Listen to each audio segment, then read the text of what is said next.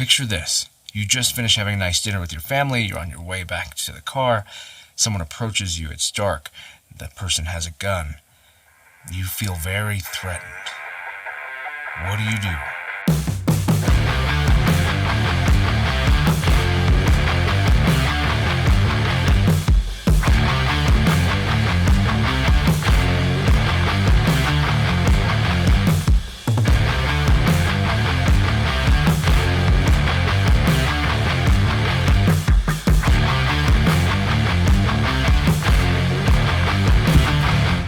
Hey, what's up? I'm Ken, this is kenfuTV, and each week I release videos in the martial arts, philosophy, technique, training, that sort of thing. This week we're talking about self-defense and the realistic idea of whether or not you should plan for it. So what did you think?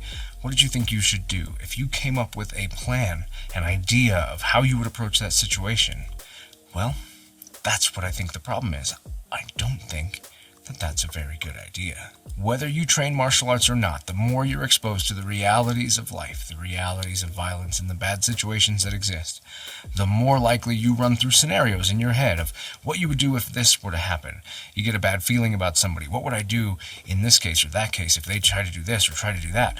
Here's what I would do. Here's the environment that I would use. Here's the options that I would take and why I would choose these things. The problem is, it's never gonna happen that way. And don't get me wrong, I think solving these hypothetical situations is a great exercise, a great mental exercise into paying attention and vetting the room, vetting the people, the feelings, making sure that you are assessing the feelings that you're getting from different people, paying attention to who's with you and what the circumstances are. I think those things are really important things that you want to do. Where I think we go wrong is this idea that we've built a good plan and now we can defend ourselves. A good friend of mine opened my eyes to this reality when he told me about when he worked for an armored car company. During the course of his work, the car was held up at one point, and he described what it was like and how he almost locked up. He had this idea of how this would go and what he would do. But as soon as it started happening, it was like he was following, the way he put it, it was like he was following a script and no one else knew their part.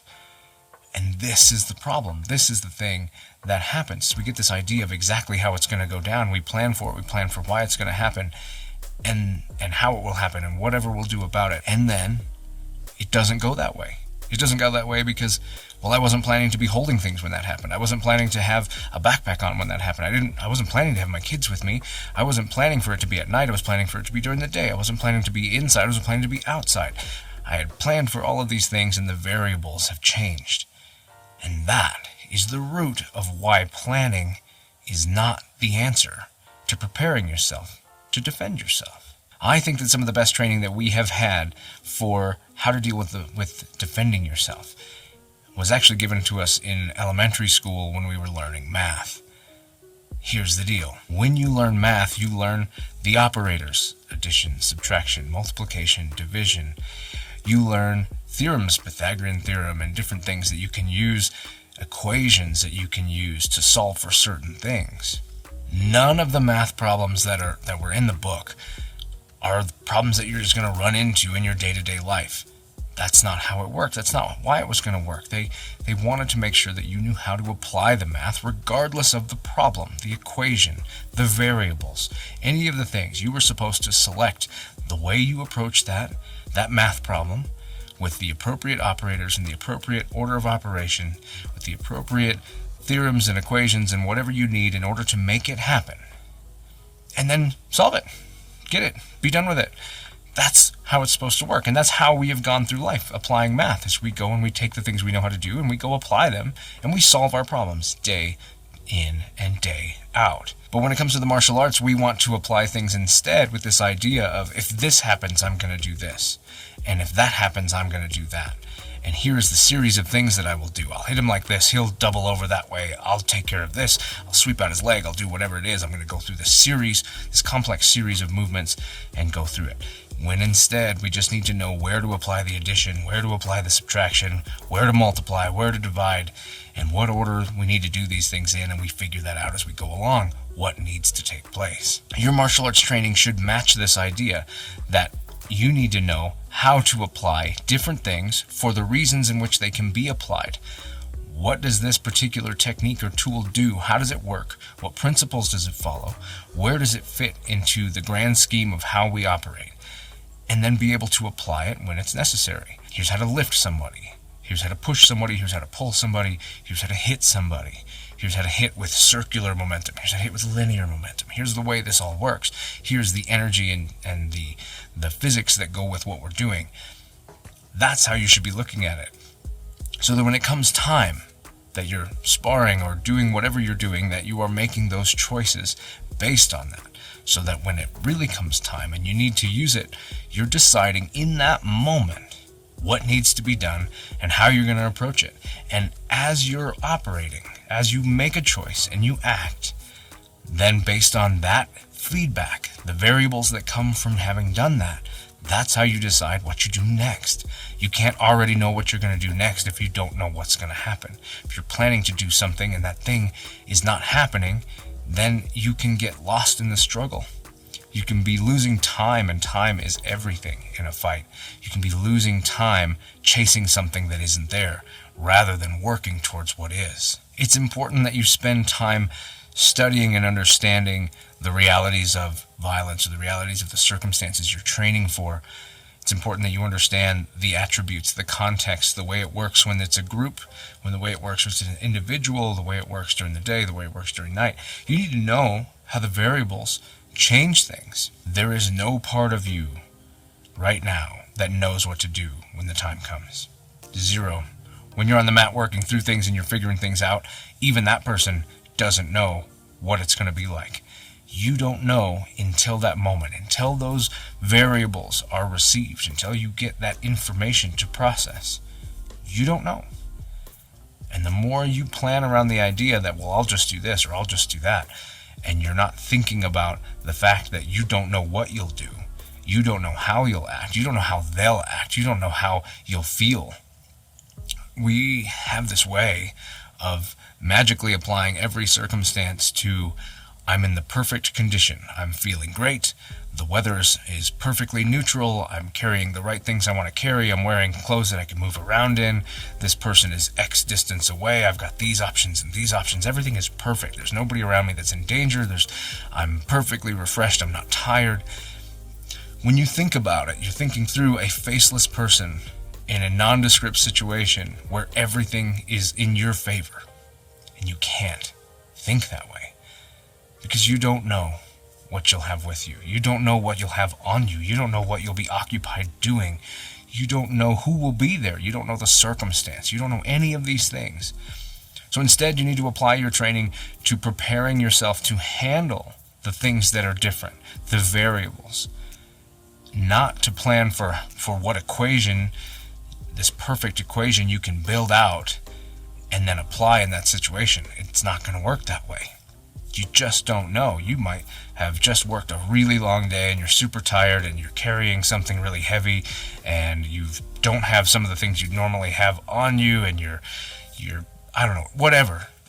Here's the deal. Now suddenly you're trying to do things in your perfect way with your perfect body that you've built all these ways. And now you're trying to figure out what to do with that backpack that's on you.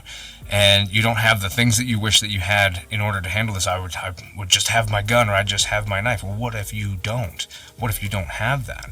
It's not the perfect situation because you're pinned in between two cars and this car parked really close, so it was really narrow.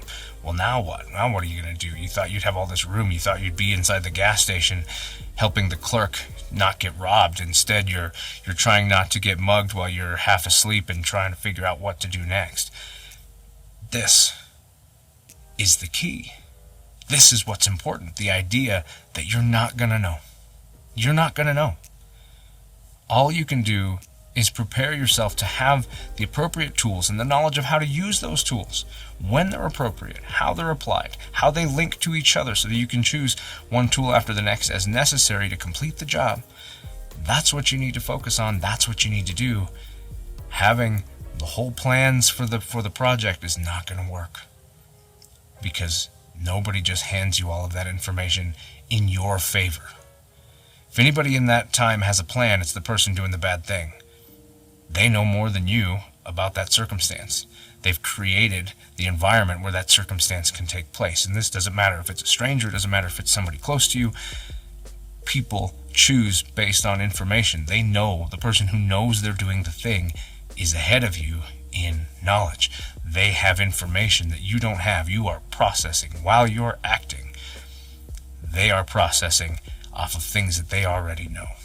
So when you prepare, when you train, don't train with this falsehood that you have all the answers, that you know what you would do, that you know how you'd approach things, because you don't.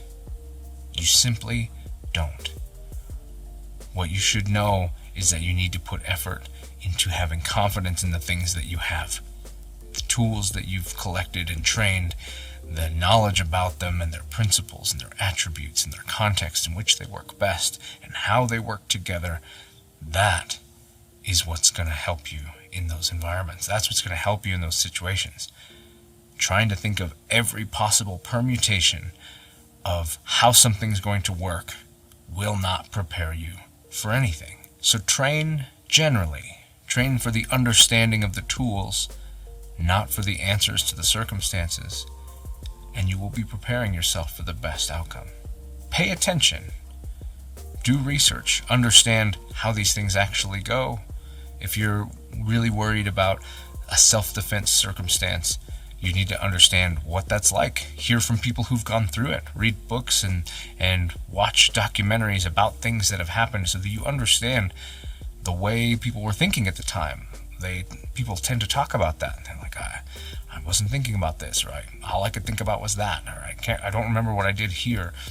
Understand what that was like for them so that you can prepare a little bit to know what it might be like for you. These things will prepare you. Building the answers is a good exercise. Hypotheticals are great, but if your hypotheticals are polished and perfect from your perspective, then they're flawed. That's it today. This is just something that's been on my mind. We had this conversation in the dojo the other day, and it's been on my mind ever since. I think it's something that we need to talk about, and we need to recognize that how our training works needs to facilitate this process and not some other fantasy process of how things might go. I hope you enjoyed this. I hope it had some value for you. I hope that you drop in the comments things that I forgot or didn't mention, or experiences that you've had that you find valuable to this conversation. I'm Ken. This is kenfuTV, and I'll catch you in the next one.